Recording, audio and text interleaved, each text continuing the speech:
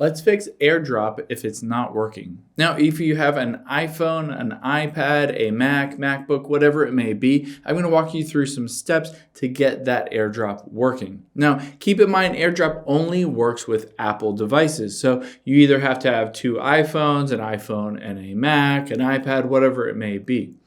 Now, once you've done that, AirDrop requires Wi-Fi and Bluetooth to work. So let's check to make sure that both of those are turned on both devices. So you're going to go into your settings here, and then let's go to Wi-Fi. Just make sure that Wi-Fi is turned on and try to connect to the best network that you can so that you have a good and stable internet connection. Now, after you've done that, let's go into Bluetooth and make sure that is turned on as well. So if that was turned off, just turn that on so that you can use both the Wi-Fi and Bluetooth to send any of those files through AirDrop.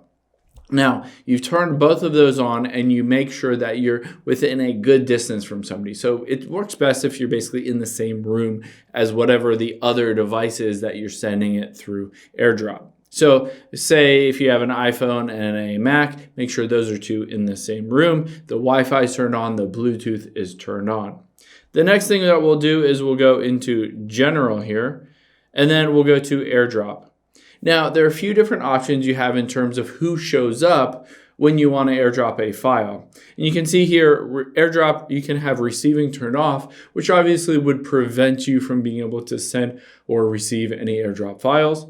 Contacts only, or if you're having trouble with it, you might just want to hit everyone for 10 minutes. This will allow anyone within a certain range that has signal to connect to your AirDrop. They'll allow it basically to send a file or a PDF, photo, video, whatever it may be.